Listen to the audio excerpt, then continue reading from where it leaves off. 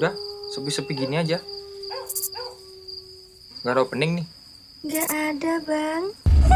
Assalamualaikum warahmatullahi wabarakatuh. Kembali lagi dengan saya ya, masih sama. Kali ini kita masih akan membahas tentang praproduksi. Kalau kemarin kita akan membahas tentang menulis skenario tuh sama aplikasi Final Draft ya kan.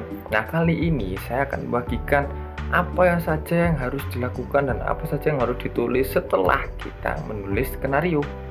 Nah, bila penasaran, langsung saja kita menuju aplikasinya. Nah, gini ya. Ini adalah tahapan-tahapan setelah menulis naskah. Nah, yang di hadapan kalian ini adalah salah satu naskah saya yang kebetulan kemarin awalnya dibuat via Flash 2N, tetapi karena itunya tidak ada, jadi saya dan tim akhirnya mengubahnya untuk ikut salah satu festival film pendek di Kota Malang yang diadakan di SMK 2 Malang. Dan alhamdulillah kebetulan kami sama SMK Telkom Malang gitu ya memenangkan festival ini dan berhasil menyabet juara 1 di film tersebut, di festival tersebut. Nah, contoh filmnya ada di sini cuplikannya.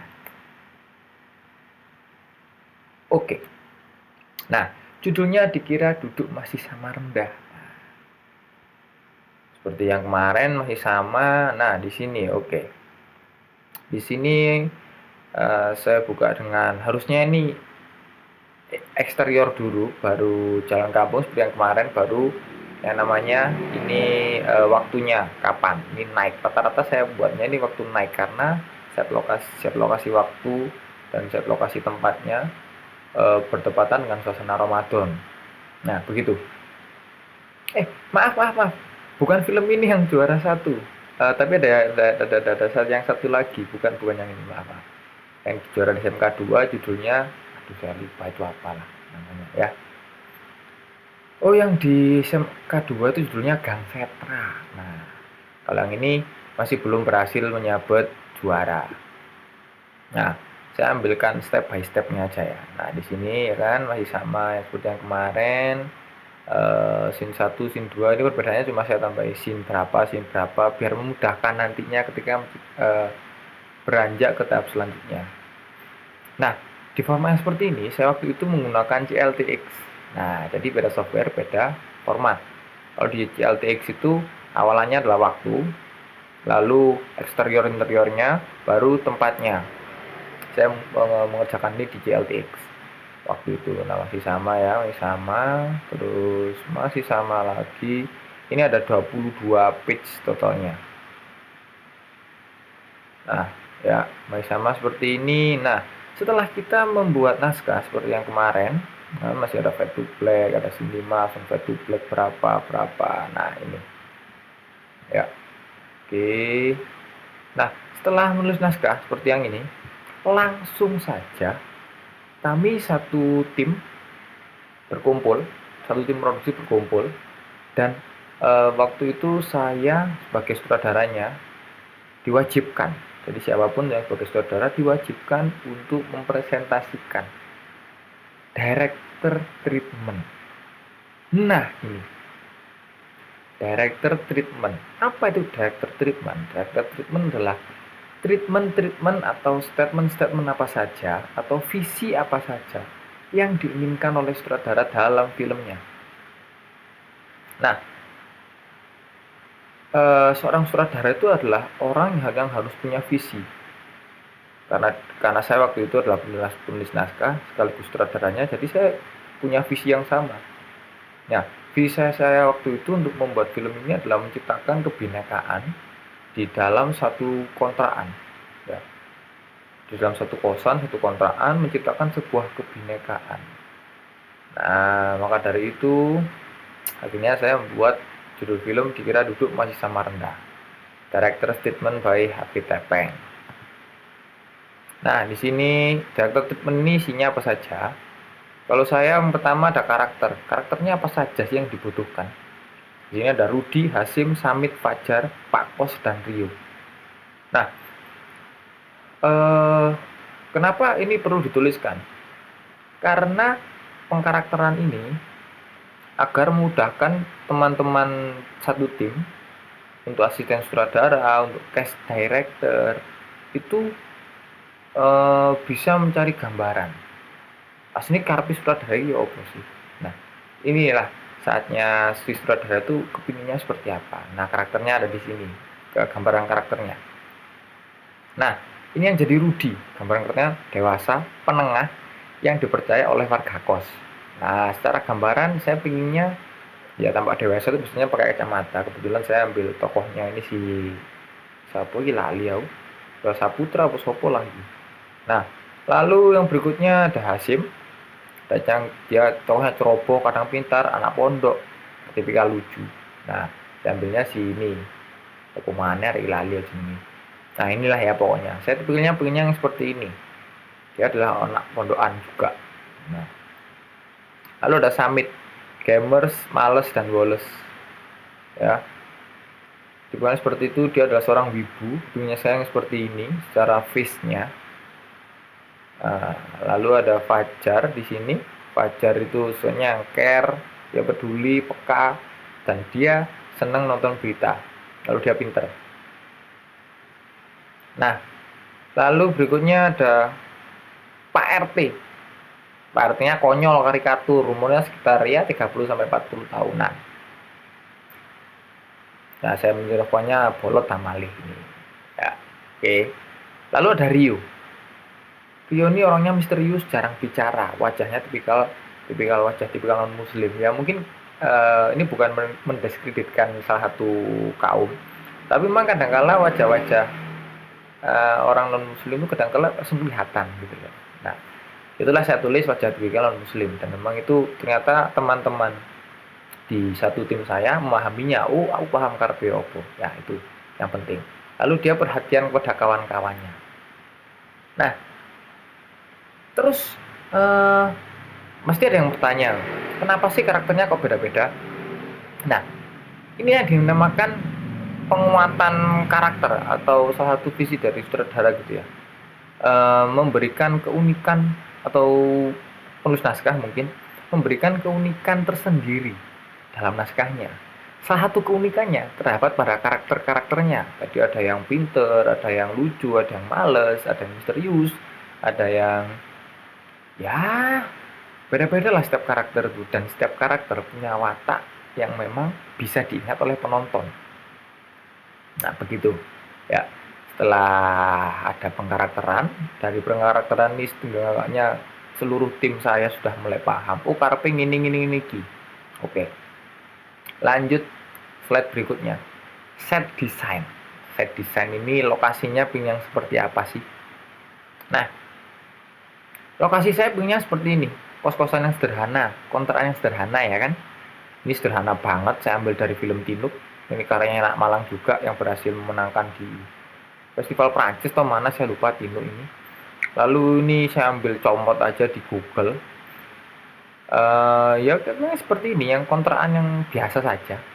Tapi dilihat tuh masih enak. Nah, masih photographible atau masih filmable lah istilahnya. Nanti ditata sedemikian rupa. Nah, fungsinya di sini agar teman-teman set design atau teman-teman lokasi, teman-teman art gitu ya, itu bisa mengetahui, oh aku ru karepe opo, berarti aku golek lokasi ini kontrakan. Yang seperti apa? Lah, yang seperti ini, yang seperti di gambar ini yang saya minta ini. Nah, setelah saya desain, di sini ada color palette dan konsep. Nah, kalau yang ini fungsinya saya tujukan pada coloris saya, tukang grading, tukang pewarnaan film gitu ya. Jadi pertama kali film diambil itu gambarnya masih mentah, istilahnya itu warna flat. Nah, butuh di color. Nah, ini color yang saya inginkan. Kenapa saya ingin cari-cari warna yang monokrom? Monokrom itu tidak selalu hitam putih ya, tapi monokrom itu warna yang seperti ini, coklat tua, coklat muda, coklat agak muda, coklat muda, krem. Nah, dan itu cenderungnya ke arah pastel. Saya kepingin seperti itu. Selain untuk coloris, color palette ini juga diperuntukkan bagi teman-teman set design ya. Lalu teman-teman kostum. Nah, akhirnya mereka tahu, oh karpet kok ini berarti kostum yang dilarang adalah misal penata kostum, oh berarti aku gak oleh gawe ijo sing murup, ijo yang benar-benar hijau menyala, warna pink yang benar-benar menyala, warna merah yang sangat menyala, itu gak oleh. Boleh merah asalkan merah marun seperti yang coklat, seperti yang palet warna ini ya. Lalu ada yang merah seperti ini. Nah, ini satu pentingnya sebuah director treatment. Nah, terus lapo sih Pak kok milih warna? Lapo sih film diwarnai? Nah, karena sebuah film ini ingin menyampaikan sesuatu dan yang ingin saya sampaikan di sini adalah membahas salah satunya soal agama. Nah, ketika kita bahas soal agama, identiknya selalu dengan kekerasan, kan? Selalu dengan hal-hal yang terlalu keras. Nah, saya tidak mau film saya ini berwarna juga yang terlalu keras atau terlalu yang terang. Ada yang merah, kuning, hijau, dan biru. Wah, ada yang pokoknya mencrong-mencrong. Saya tidak mau. Saya ingin bahas agama itu dengan cara yang lembut. Akhirnya saya giring warnanya juga condong ke warna-warna yang lembut. Apa ya, Mami? Emang itu pleasure ya? Masuk banter. Yo tak banter. Lopo. Ini turu bisa, Mas. Banten awakmu itu. Mas. Pandalek leru, Mas. Duh. Iya ta, Mas? Oh, betul nih. Duh. Lali aku, Mas. Purane, Mas. Purane. Iya biasa masih serius salah. Duh. Jit lo ya mati aku wes. Ono iku kena asap wis. Satu metu aku males. Kan semulkang. Aku kan. Kan lho, gawe nanggung. Sesuk kan jam pira, Mang? Oh iya sore. Ya wis aku tak bikin dulu ya. Iya. Nah, kalian lihat kan tadi yang ada di contoh cuplikan film tadi, warnanya kan warna yang lembut gitu dan enak di mata. Nah, itu pentingnya color palette dan konsep. Lalu berikutnya, grading dan moodnya seperti apa? Lah, ini yang saya inginkan. Ini bersinambungan dengan color konsep tadi. Ini yang saya inginkan. Pada dasarnya warna-warna yang seperti ini, seperti gambar bawah ini, lalu yang ada di sini itu adalah warna-warna teal and orange. Warna teal and orange ini lahir dari Hollywood karena sesimpelnya sini kok gini deh.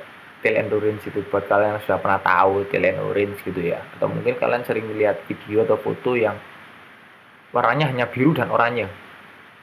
Nah, basicnya warna teal and orange itu sebenarnya begini. Birunya itu adalah warna langit atau warna laut. Orange-nya di sini maksudnya adalah kulitnya manusia. Kulit manusia kan warnanya coklat atau orange gitu kan. Nah, itu akan sangat kontras dan warnanya akan cenderung lebih bagus dan mengena ketika ditembak dengan kamera atau sinema Hollywood. Nah, makanya teal orange juga kabel-kabel teal orange gitu ya. Kadang-kala lucunya lagi anak zaman sekarang itu menggunakan filter teal and orange itu memaksa banget. Untuk memaksa apa? Sudah tahu akan membuat konsep teal and orange, tapi kenapa masih syuting di hutan atau mungkin masih syuting di daerah-daerah yang banyak kehijau-hijauannya? Ngapain coba? Berarti kan kalian harus membunuh warna hijau, ya kan?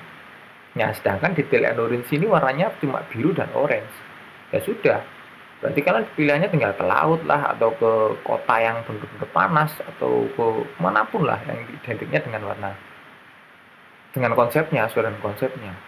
Nah, itu sudah tahu akan membuat warna teal and orange tapi memilih ke hutan, memilih ke taman atau ke kebun teh, kan yo sama saja kalian akan membuang warna hijaunya. Nah, itu akhirnya kesannya malah tidak natural dan film itu terasa dibuat-buat. Padahal film itu harusnya atau video itu seharusnya bersifat yang natural. Alangkah baiknya kalau bersifat natural, terkesan dibuat-buat tetapi masih masuk dalam logika. Begitu, masih ingat prinsipnya etika, estetika, dan daya jual. Nah, soal grading dan mood ini perihal estetika. Benar sekali. Nah, Oke, setelah director treatment, akhirnya seluruh tim biasanya diskusi panjang berada di director treatment ini. Saya pernah bilang bahwa proses praproduksi ini adalah proses yang benar-benar panjang dan harus cukup matang agar semua tim itu paham. Karena pada dasarnya kerja film atau kerja video itu adalah kerja yang kolektif, bukan kerja individual. Meskipun banyak di luar sana itu teman-teman videografer atau film maker itu yang membuatnya sendirian. Ya DOP, ya sutradara, ya editor. Kan. Jadi ya banyak banget.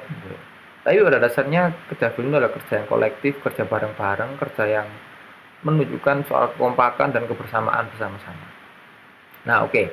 Setelah director treatment ini selesai, nah langkah selanjutnya adalah sorry.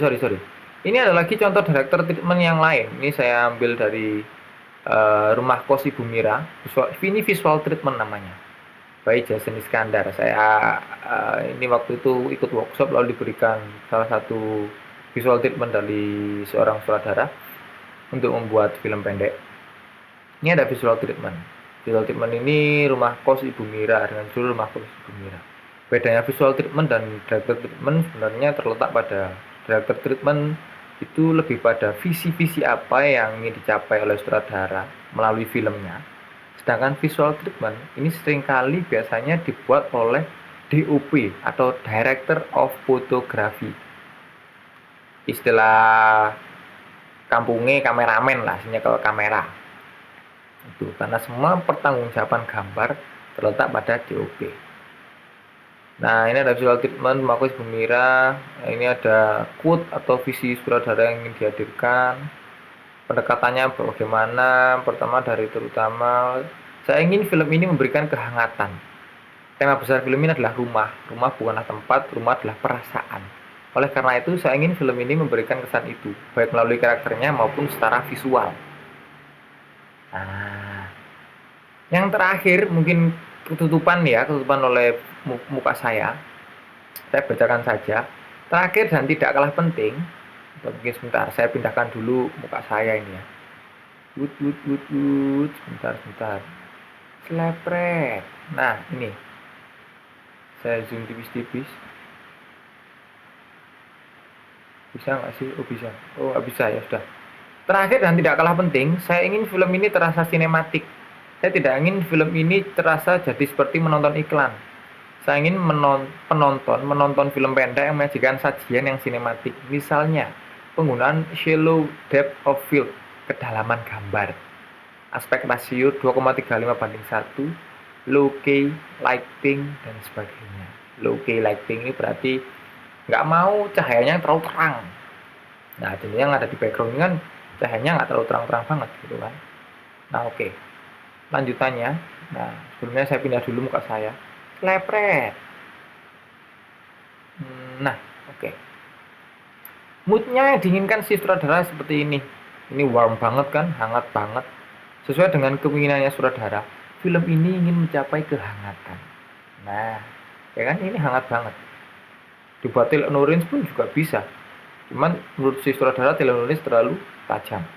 Ada mood di sini, moodnya juga seperti ini, ya kan? Ini warnanya juga biru seperti ini sebagai opsi saja. Sisanya adalah warna-warna yang warm. Oke. Nah, seperti ini. Seperti inilah. Desain produksinya seperti apa? Rumah kos mid-century modern atau yang tadi di punya saya adalah saya desain.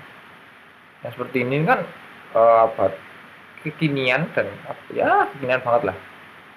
Nah, seperti ini warnanya juga masih masuk dalam konsep warm tadi, hangat, kehangatan sesuai dengan tema. Ada furniturnya seperti apa? Yang seperti ini, kayu-kayu. Kenapa dia memilih kayu? Karena sifatnya kayu itu lebih hangat. Maksudnya lebih hangat itu secara visual juga tampak lebih warm, lebih enak gitu. Secara mood pun juga bawaannya itu lebih calm daripada furnitur yang besi. Lemari besi, plastik, kulkas itu yang warna biru tuwek atau yang mencerong-mencerong yang metalik itu malah akan menghancurkan konsep si sutradara. Selanjutnya, set lokasinya seperti apa? Nah, seperti ini set lokasi. Dia ternyata sudah hunting lokasi dan sudah difotokan, set lokasi kok gini kira ada tanggang seperti ini, secara visual ini kesan-kesan rumah-rumah tahun 90 akhir sampai tahun 2005 atau 2010-an akhir gitu ya, macam seperti ini. Nah, ya kan, sudah hunting wardrobe ya. Di sini ada tantri. Wardrobe tantri dia punya seperti apa? Seperti ini. Warnanya juga pastel soft juga. Lalu ada wardrobe-nya Melvi yang seperti apa? Ya cewek-cewek apa istilahnya? Ya perempuan kantoran hari inilah ya, dengan casualnya, tetap dengan warna yang kalem. Wardrobe-nya Kara yang seperti apa? Yang anak muda banget, fashion style, tapi dengan ya simple aja. Lalu ada wardrobe-nya Ibu Mira seperti apa? Yang warnanya lembut juga dengan kekalemannya. Kan? Set skema warnanya seperti ini, wardrobe seperti ini. Thanks. Itu dari sebuah visual treatment. Kalian boleh juga membuat visual treatment tergantung kebutuhannya. Kalau saya kadang-kala saya gabung juga di director treatment. Oke, next. Setelah semua tim sepakat dari director treatment dan visual treatment ini bagaimana, barulah kita satu tim mulai menyusun dokumen-dokumen berharga. Inilah sebenarnya harta karunnya film itu di sini. Dan pada kesempatan kali ini saya akan membagikan salah satu harta karun atau beberapa harta karun mungkin yang saya miliki pada kalian. Nah, harta karunnya apa saja? Pertama ada shortlist. Shortlist ini apa, Pak? Shortlist itu adalah list daftar. Shot itu adalah ya shotnya. Kan kumpulan shot itu tergabung menjadi sebuah scene. Nah, ini di dalam satu scene itu ada shot apa aja. Dan saya jelaskan tipis saja ya. Di sini ada direkturnya saya, VTPeng, DP-nya waktu itu masih belum ada. Asisten direkturnya Upli, produsernya ada Bentar. Nah, Upli dan Bentar ini yang seringkali membantu saya dalam pembuatan film-film pendek dan kebutuhan video-video yang saya butuhkan. Upli ini juga seorang editor, animator juga, dan dia adalah anak SMK Telkom angkatan 27. Oke, di sini ada scene adegan, scene 1, lokasinya ada di eksterior masjid, eksterior jalan kampung. Nah, shot 1 dan shot 2. Lalu shot type-nya, footage, kamera angle menyesuaikan, movementnya pan atau tilt. Deskripsinya menggambarkan suasana Ramadan. Pan atau tilt itu apa? Pan itu adalah kamera movement yang bergerak dari kanan ke kiri atau kiri ke kanan. Enggak mengen itu ya, enggak mengen itu. Slepet. Kalau tilt derajat ke bawah. Nah, kalau pan ini biasanya fungsinya untuk menggambarkan apa saja sih yang ada di sekitar kita itu. Kalau tilt kadang-kala itu menggambarkan waktu. Misal pernah kan kalian lihat film, lihat gambar bulan terus turun ke bawah. Slepet. Nah, itu tilt namanya. Nanti akan diajarkan di pelajaran SIMDIK, simulasi digital. Itu akan ada, sama juga videografi, cuman di sana bakal lebih banyak soal tentang Adobe Premiere itu bagaimana. Oke. Jumlah shot di sini, yang penting dari shortlist itu sebenarnya adalah jumlah shotnya. Ya. Jadi di scene 1 ternyata cuma ada 2 shot. Gitu. Nah, ini yang penting dari sebuah shotnya ada jumlah shotnya itu berapa. Jadi kita bisa mengira-ngira ketika di lokasi nanti, oh shotnya make it ada 1 dan 2. Oke, lalu ada scene 2A, halaman eksterior, halaman kos. Ya, shotnya ada yang pertama, shotnya wide, shot type-nya wide, batu lebar. Kamera angle-nya eye level. Ya, master dah. Mereka saya beritahu, masternya Hasim yang keliru pakai sandal. Nah, shot master itu berarti biasanya long shot. Hasim long shot itu berarti dari jarak jauh. Long shot Hasim keliru memakai sandal. Jadi dari jauhan Hasim disorot, dia keliru memakai sandal. Lalu ada yang namanya cover. Nah, biasanya tuh ditulis juga di shortlist, cuman kebetulan nih nggak saya tulis. Nah, Ini sorry ada lanjutannya. Wide. Lalu ada di shot 2-nya, close up. Camera angle eye, introduction Hasim. Hasimnya orangnya seperti apa sih?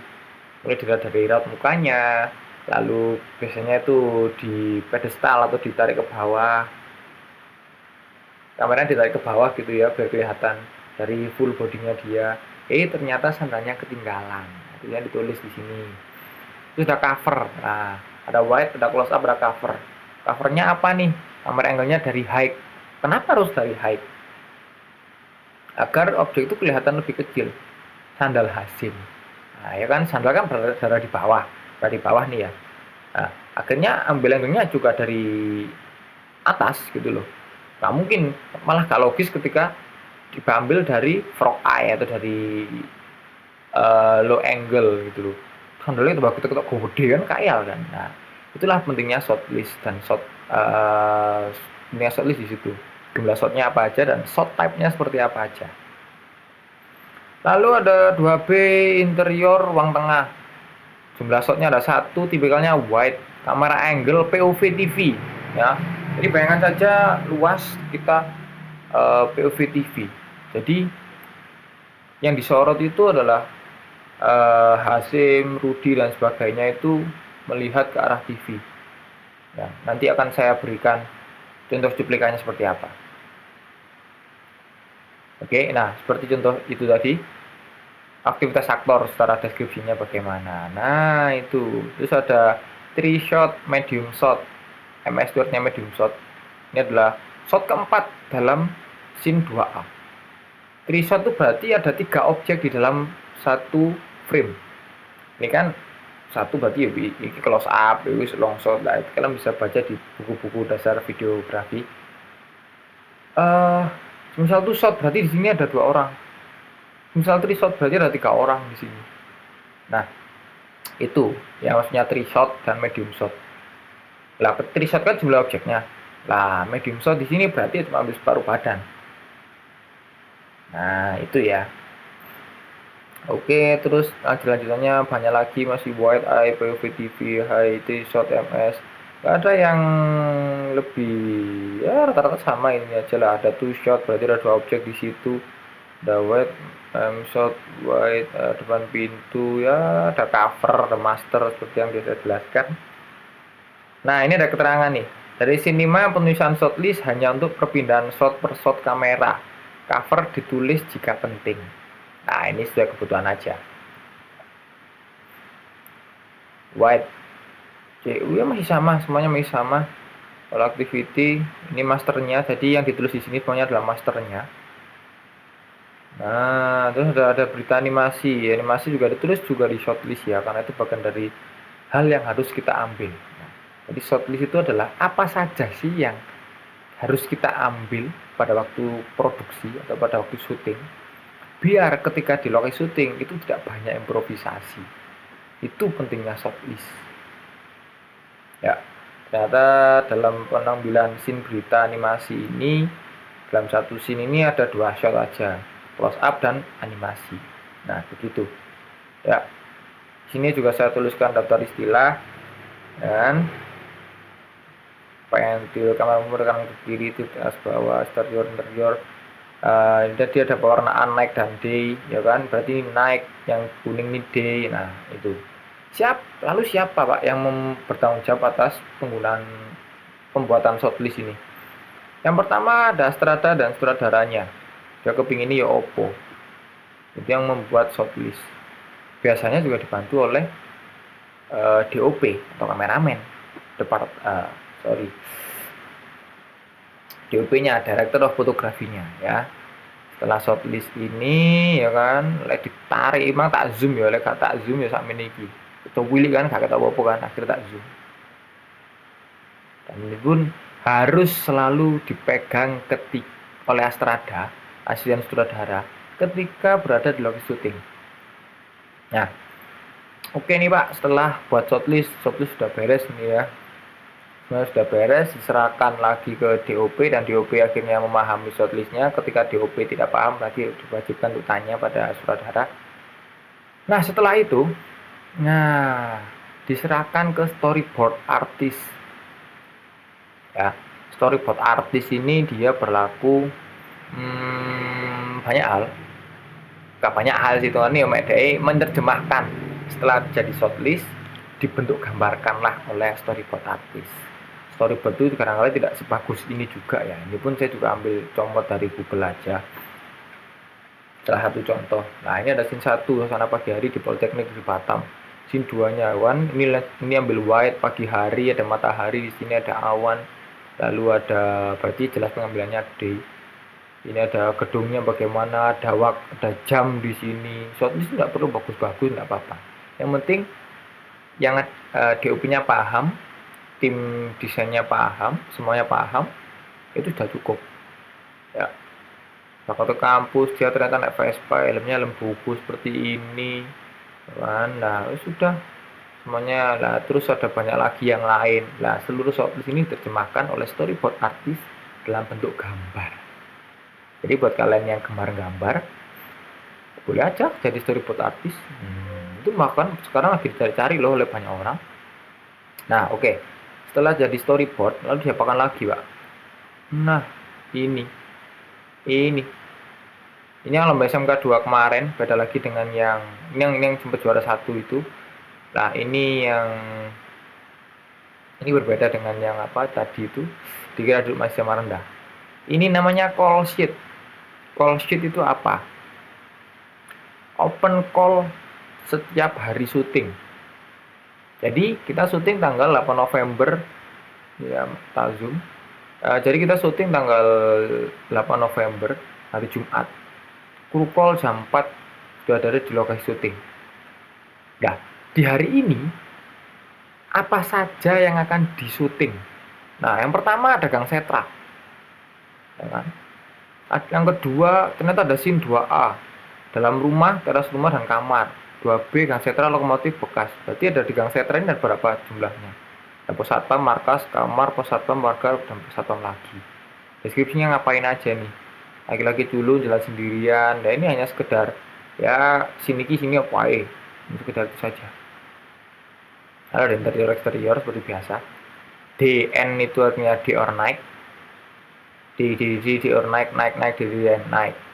Castingnya di situ ada siapa saja. Kenapa harus ditulis castingnya di situ, cast talentnya di situ ada siapa saja? Karena agar si Astrada atau cast director ini bisa menghubungi si talentnya itu tepat waktu. Misal nih, talentnya harus datang jam 2. Ternyata syutingnya nanti setelah Isya. Kan kasihan talentnya kan. Nah, itulah penting ditulis cast talentnya. Keterangan di sini biasanya saya tulis properti, pelang, Gang Setra, dan HP. Lalu di sini berikutnya ada laptop, alkohol, handuk kecil, dan minuman.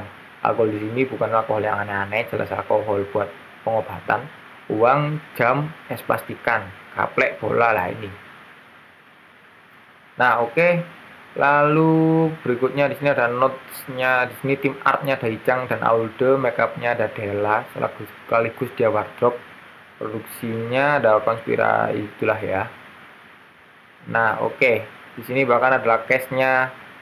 Siapa saja dia pick up itu berarti dia harus datang di lokasi jam berapa. Pick up ini dijemput jam berapa. On lokasi dia jam berapa dan first make up-nya dia jam berapa. Cuman karena kemarin itu saya belum detail banget dan teman-teman yang lain, akhirnya ini belum tertulis dengan baik. Nah, biasanya yang nulis call sheet ini yang nulis call sheet ini si Astrada.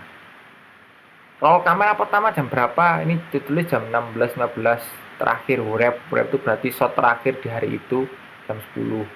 Lokasinya di mana saja. Nah, ini yang dinamakan call sheet. Bedanya dengan shortlist sudah tahu sendiri kan ya. Kalau shortlist itu kebutuhan shot apa saja yang diambil di saat syuting. Kalau call sheet itu hari ini ngapain aja. Nah, itu loh. Jadwal dina iki lapo ae. Itu call sheet. Oke. Ya, setelah call sheet dibuat, lalu kita buat script breakdown. Script breakdown ini juga beda lagi. Jadi banyak banget harta karun yang harus kita kuasai. dalam pembuatan film atau videografi. Mungkin kalian sebagai orang awam ataupun sebagai pemula, waduh mau apa sih redo atau nggak video mereka jebuk-jebuk ini tok kok. Kenapa sih harus banyak sekali? Nah, kan saya sudah ngomong berkali-kali, praproduksi itu penting. Ya, praproduksi itu penting agar di proses produksi itu bisa lebih matang. Nah, itu loh pentingnya praproduksi. Makanya berkasnya tuh banyak banget. Script breakdown ini apa? Nah, kita lihat. Ini saya waktu itu sama di box emang tadi saya ambil. Saya diberi satu script breakdown. Yang kebetulan ini saya bagikan pada kalian. Salah satu harta karun yang pernah saya miliki.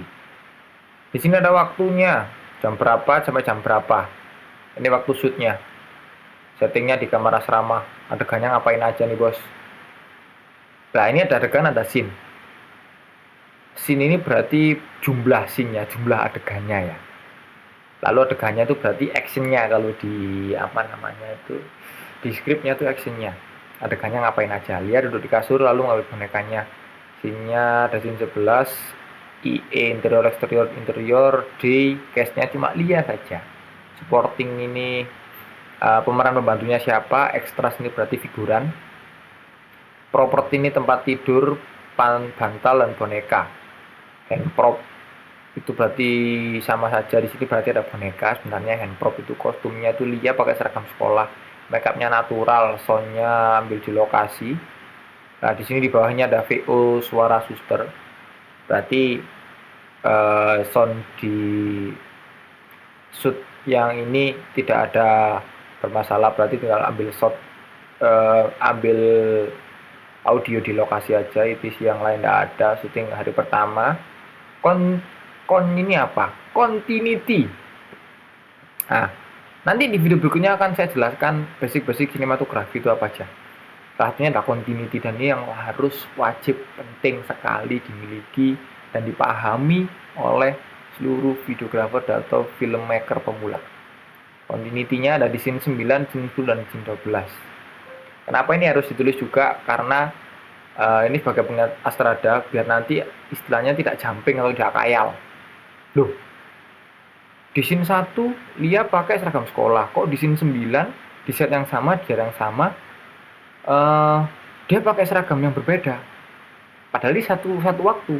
Nah itu loh ya, pentingnya ditulis continuity. Nah ya kan, di sini sama aja lanjutannya. Sebenarnya script breakdown dengan call sheet itu hampir sama sebenarnya, cuman ya script breakdown ini yang saya dapat ini yang lebih detail saja daripada call sheet yang tadi. Itu sini kan ditulis berarti jam 12 sampai jam setengah 1 ngapain aja nih kru yang lain, sampai asrama istirahat makan. Terus setengah 1 sampai setengah 2 ngapain aja nih, prepare peralatan, set up tuh berarti set tempat dan persiapan talent. Nah di sini butuh waktu berapa ya? 1 jam untuk mempersiapkan ini semua, ya kan. Nah rata-rata butuh waktunya panjang banget. Makanya nanti ketika kalian sudah merasakan syuting itu bagaimana, pasti akan menjenuhkan. Produksi itu lebih menjenuhkan. Nah prepnya target terakhir jam 8 kurang 15 itu sudah beres-beres semuanya. Nah ini semua ditulis oleh Astrada, yang bertanggung jawab menulis ini itu Astrada yang membantu sutradara. Soalnya sutradara itu tugasnya ya cut and action, lalu melihat moodnya, mendirect aktor-aktornya atau talent-talentnya agar film yang diinginkan oleh sutradara ini bisa lebih mengena, begitu. Oke, izinkan saya minum lagi. Kali ini saya minum kopi. Mantap. Oke. Script breakdown. Setelah script breakdown kita ngapain aja? Nah ini ada namanya itu shot plan gitu ya. Ada shot plan di sini. Scene 1 shot plan ini apain aja sih? Shot plan atau floor plan istilahnya ya. Peletakan lampu dan peletakan kamera di mana aja.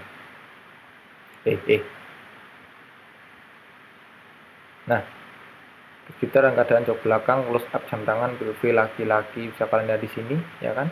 Ini adalah letak kameranya di mana aja. 1 di sini, 2 shot 2 di sini, 3 4 di sini, 5 6 di sini, extreme high angle.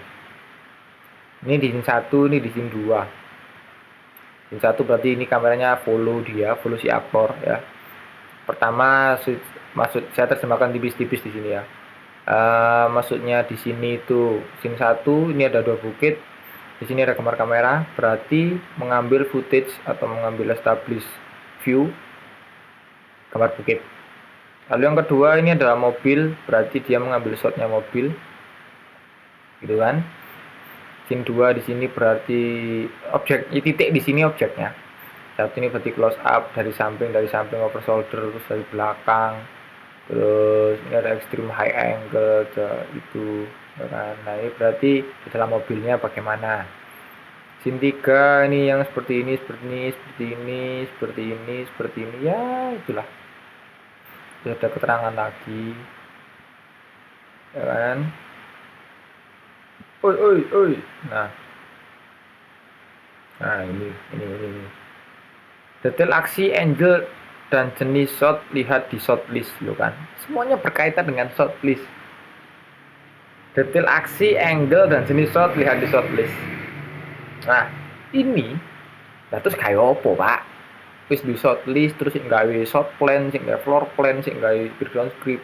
Nah ya buat hitung istilahnya ku lek basa Jawa ni ngiro-ngiro, buat memprediksi biar di syuting tuh gak leren golek angle lho. Angle kini lebih apik, tiba angle kini lebih apik, malah kelamaan.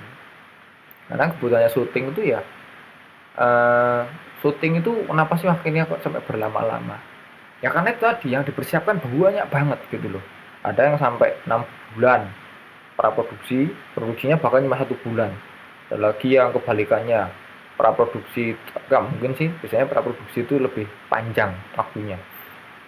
Ada yang waktunya praproduksi 3 bulan, terus syutingnya itu 1 bulan itu ada. Ya karena memang yang direncanakan itu betul-betul kebutuhan waktunya 1 bulan. Begitu. Ya. Jadi satu sih kita harus menaati ini sebagai videographer atau filmmaker pemula, karena nantinya di tingkat profesional biar kalian nggak kekok lagi gitu loh ya. Kalau saya sudah kalau bilang katam juga belum, tapi sudah akrab dan familiar dengan hal-hal yang seperti ini, jadi biasa saja. Oke, yuk next. Oke, ternyata sudah habis gitu ya. Coba saya lihat. Nah, oke. Jangan berhenti di situ dulu. Kita masih belum berhenti di situ. Karena pada dasarnya banyak banget. Nah, loh, lihat nih. Ya. Misal saya dilentrehkan, ada segini banyaknya data-data film, ada shortlist yang sama, shot plan, ada shortlist lagi, sound report. Aduh, kebuka rek. Oke, sound report ini ngapain aja gitu ya. Sound report, misal kalian nanti bertugas sebagai audio engineer, soundnya apa aja, nomor file, slide itu semisal nih kan biasanya kan kamera roll and action, terus langsung ngomong clap kan. Nah itu yang namanya clapper itu dulu kami punya clapper, tapi saya sekarang nggak tahu kemana gitu ya. Itu selalu ditulisnya si petugas clap itu selalu ngomong gini, scene 1 shot 3 take 5. Nah kalau slide 345 scene 1 shot 3 take 5, maksudnya apa untuk ini? Slide itu berarti berapa kali gambar yang sudah diambil, entah bener tuh entah salah, berapa kali gambar yang sudah diambil.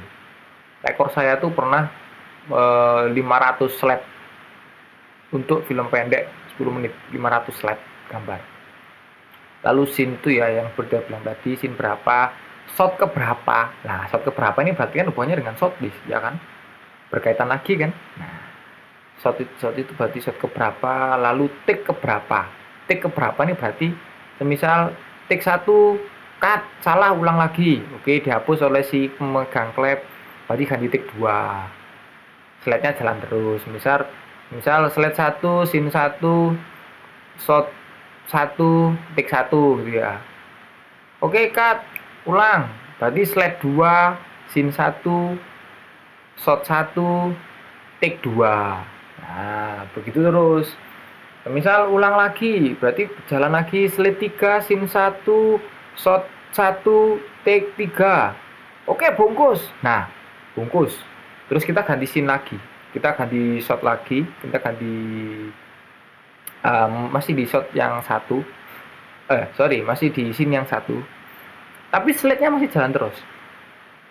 Jadi contohnya tadi terakhir slide 3 ya. Oke. Berarti lanjutannya slide 4, scene 1, shot 3, take 1. Nah, karena dalam pengambilan shot itu baru terjadi 1 kali take, makanya ditulis take 1. Nah, gitu. Aduh, ganti posisi lungguh Excel. Nah, itulah. Memang susah ketika saya jelaskan secara gambar. Secara presentasi seperti ini. Cuman ketika nanti di waktu prakteknya itu jauh lebih mudah. Gitu ya. Maaf, itu tadi saya bahas soal klep. Ini tadi kita bilang sound report, nomor file, kan pasti di sound itu nanti akan ada file-file. Banyak banget, slide 1 berarti yang tadi saya bicarakan jumlah berapa take yang diambil. Scene-nya berapa, shot ke berapa, take yang ke berapa, status G, C, atau NG. G itu berarti aku biasanya good, change, atau not good. Nah, itu istilah good, change, atau not good. Deskripsinya itu shot, Lia dan Sinta teras, Reke, Lia, Sinta, sampai 5 keterangan. Nah, ini kulah recorder sopo, sambil rete piro. Nanti ini detail sound akan saya jelaskan di video yang nggak tahu keberapa. Oke ya. Nah, itu satu contoh dari sound report. Finder. Oke, terus ada lagi location release, continuity sheet, casting sheet, cost sheet, budget. Contoh budget di sini kita kalian lihat sendiri ya kan, budget ini sing ngurus ya tim budgeting memang ada sendiri gitu ya. Ya banyak banget lah budgeting nih, wah semuanya itu harus ditulis dengan baik. Ada lagi casting sheet. Nah, casting sheet ini berarti apa saja yang dibutuhkan. Continuity sheet, slide 1, deskripsi continuity, barang-barangnya apa aja yang dimasukkan. Nah, ini yang nulis ada job desk-nya masing-masing. Tidak semuanya dipegang oleh Strada. Strada itu bahkan punya asisten lagi. Nah, kalau itu asistennya tukang make up, asistennya handprop, asistennya kameramen, asistennya lighting, asistennya cover itu ya orang lighting juga itu. Nah, itu ya. Jadi banyak banget yang dibutuhkan. Nah, ini ada surat kontrak, terus ada musik rilis, ini hubungannya dengan hak cipta dan hak milik musik. Banyak banget ya.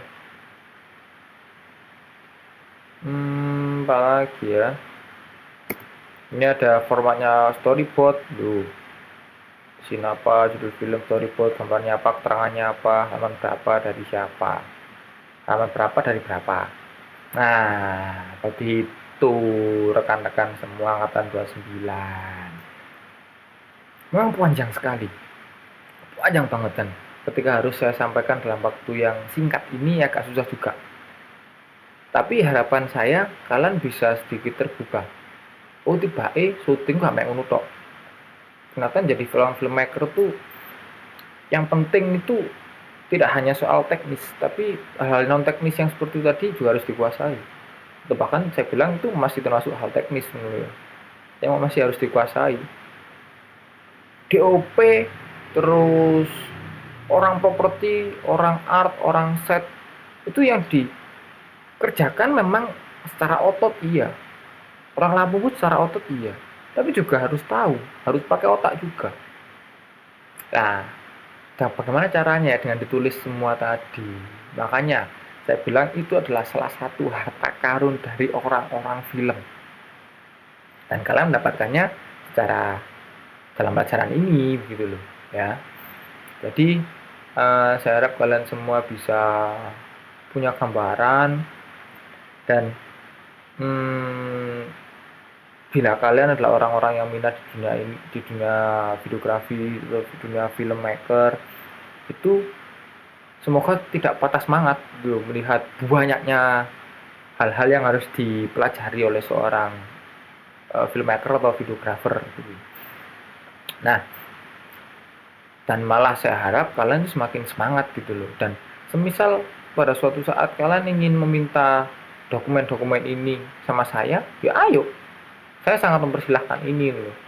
Dan memang ini diperuntukkan untuk kita semua yang masih belajar, begitu ya.